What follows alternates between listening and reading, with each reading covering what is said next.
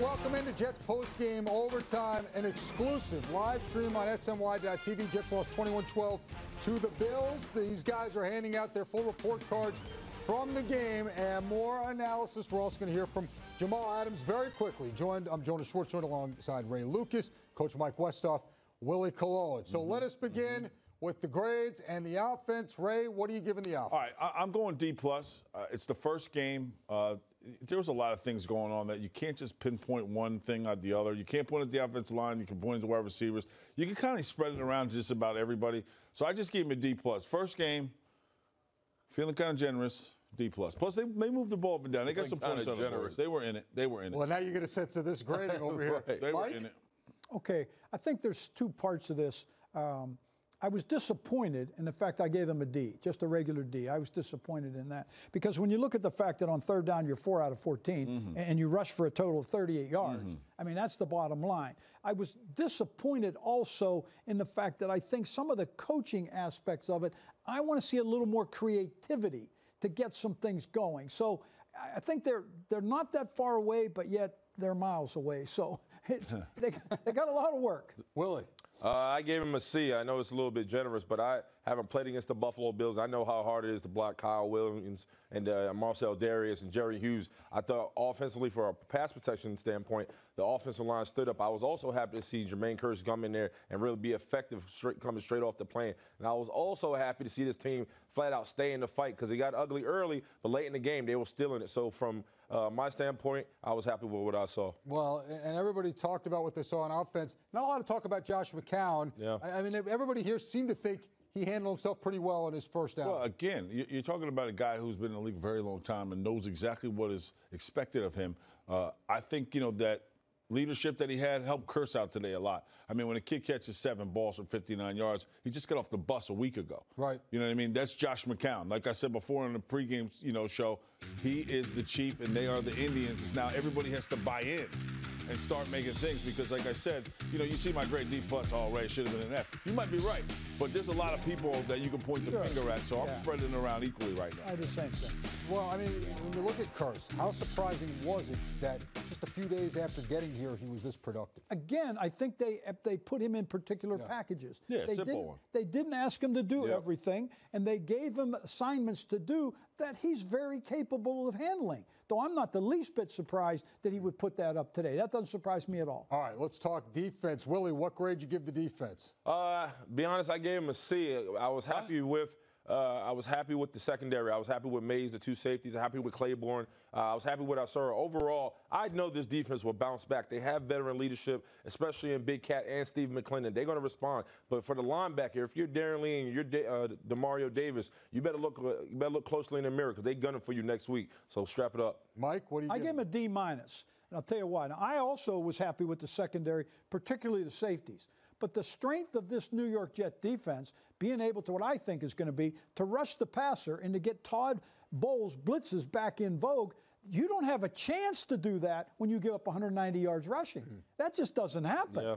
Though all of a sudden the Jets were on their heels all day, took away their strength. Though I think that in itself, you're going to have to do something to solve that inside linebacker problem. Right? F.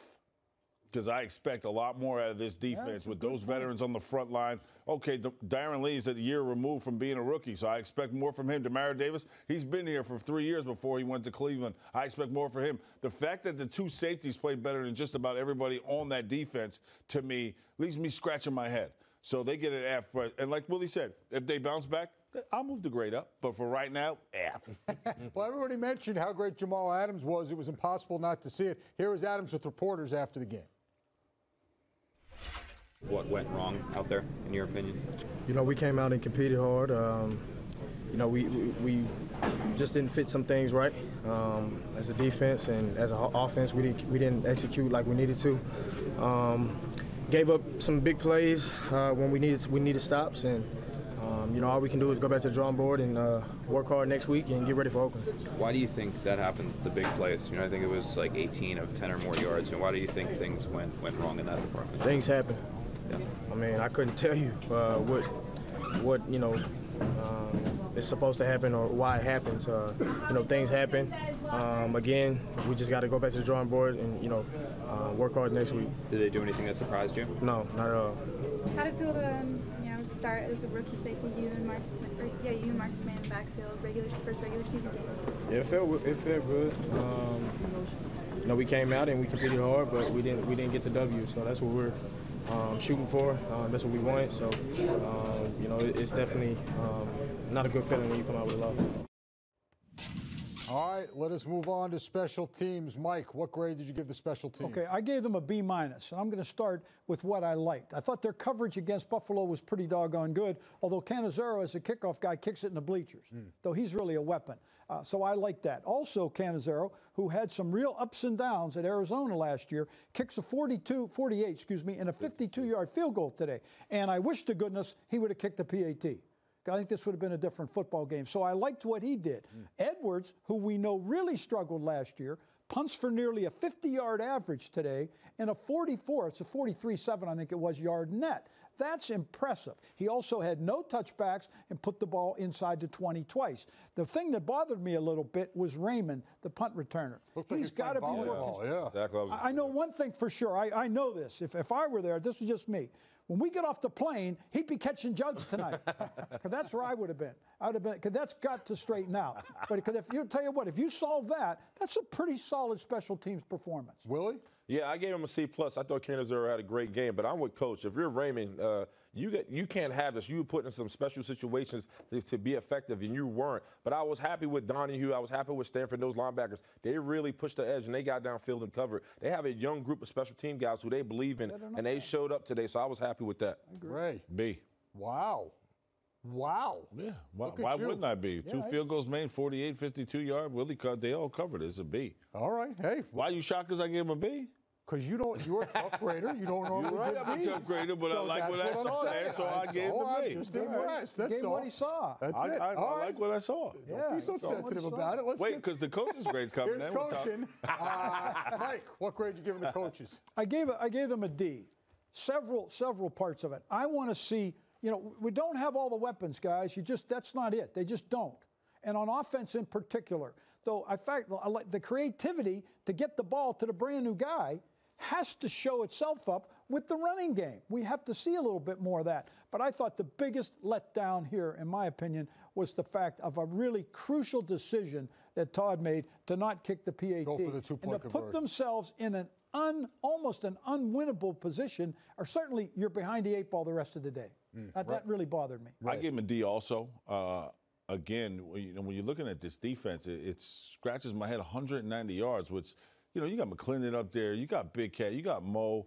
I mean, to me, that's supposed to be the strength of this defense, and that's going to free up those big guys in the back, those young kids that come up and make a play. I don't think the coaches are getting creative enough, especially on offense. Me and Mike have been saying this for almost 2 years to put Bilal Powell and Forte in the backfield at the same time. They do it one time, do a fake double screen, which is probably a check with me to see which way the safety was going with, and it worked. Ray, let me ask you a question about the defense. How many plays for a loss did our defense get against Buffalo today? None. Thank you. 0. Thank you. So there's no attacking with this group. So that's we why need to see you got to get credit. Buffalo has a really good offensive line too. I can't disagree, Willie. That's not what going I'm against the saying. Cleveland Browns offensive line today either. What I'm saying is there's not enough creativity, Will, at this offensive, defensive, and even the game manager, because I like what Mike said. I don't think the 2-point conversion was needed. It was too early in the game with 4 minutes left in the third quarter. And I think that was a direct result. I don't not agree with the punt, but you made some good points on it. Yeah. I mean, I think at that point you're down 2 scores, you can't punt. It's 4 down territory. So coaching, I gave him a D. Willie. Well, I'm gonna be honest. I gave him a B-. I'm gonna tell you why. When you're Todd Bowles, you've been in a hot seat all off season. Your first step to the podium, and what did you say? He goes, hey, it wasn't just the players, it was the coaches. So you held everybody accountable. Yeah. That's a message you're sending to the locker room, that we're all in it together. So I was happy that he responded to that. When it comes down to the decision-making, I give him 50-50. I felt like he had the punt, but I do not think he needed that 2-point conversion at the end of the day. all together going forward. He came in that locker room. You heard it from each and every player. He goes, hey, this is just week 1. We're in this together. We're not going to tap now. We're not going to hear this week 3 tanking nonsense that we heard last year. We're going to go put every match, we're going to put it in front of us, and we're going to give it our best shot. That's a coach who I want to play for, and so that's why I gave him a B-. Okay, all day long we were talking about how tough Buffalo is as a place to play.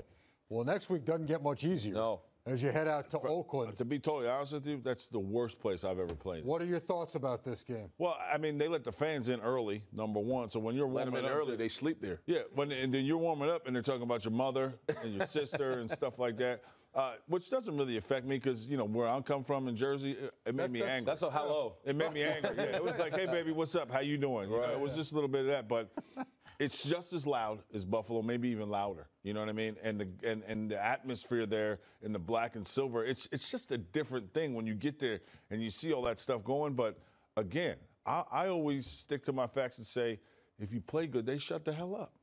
So play good. Well, not easy with the roster they have up there, Willie. What do you expect to see out of the Raiders? I expect the Raiders to use beast mode. They got the number 2 offensive line in the game. They got Derek Carr, Amari Cooper, on and on and on. I know that. I know what Oakland's going to bring to the table. But if you're the New York Jets, this is a chance for you to come in there and shock the world because nobody's giving you the chance. If you rally this week, understand what you did wrong against Buffalo, going forward and walk into Oakland like there's no one going home tomorrow, you can change the perception of this team. This is a comeback win for the New York Jets. If you put your mind to it, they can. But I'll tell you what happened during this game. This game could have got ugly early, but they rallied. Well, that gives me a sense of confidence. When we stick together and we stay according to plan, we can come out of this together. But if we start turning each other, especially on the road, well, you know what the best thing about? They got rid of all that. Right. I mean, to me, I think one of the things that Mike Westhoff has done is create an atmosphere of exactly what Willie's talking about. It's us against the world. And listen to me, I've been in a lot of locker rooms. That was my favorite. When I was at Parcells, that was it. You were either in or you were out. And I mean out the building. And Coach can tell you, sometimes you don't even have to say it. It shows up on tape. Because when you see the rest of the guys gang tackle and you see the one guy loafing, he's not down with us. We said it today, the best part about when we were watching, because we all watched the game together, the best part was there was a tackle on the sideline. It must have been 7 Jets over there. Yeah, exactly. And I didn't mean flying over the top of the thing, and they're down. You know what I mean? So that tells me right away, okay. And they're going to have to bring that intensity and more going next week. No doubt. Mike, your thoughts on Oakland? There's some things that we know this football team, the New York Jets, do not have. But aggressiveness and an attitude and sticking together is no longer one of them. Exactly. This team fought together. Mike. They really did. Now, going to Oakland, I used to love to go there. I went there, of course, like they say, they know your name? Trust me, I can't tell you the things they used to call me. It was pretty cool, and I loved it. But here's what I've always felt that going out there does. It boils it down to the common denominator in Oakland. Because the toughest team is the only way to win in Oakland. The Jets got to go out there like you're going into the street fight of your life. Yep. Right. And that's what it all boils down to. If they do that, then I'm going to, because they're very talented. Well, then we'll see what happens. I think the Jets, nobody's expecting them. But I think this is a good situation. Go out there, swing first, and ask questions Shock the later. world. All right. You guys are making it sound like going to Oakland's like one of our Jets production meetings. No doubt about that. We appreciate it. Boom bust. For Ray Lucas, I'm Jonas Schwartz, Mike Westhoff, Willie Colon. Thanks for tuning in to the live stream of Jets Postgame Overtime. Bookmark SNY.tv and thejetsblog.com for more Jets Bills coverage and analysis. We will see you next time. Have a good one, everybody. Jet!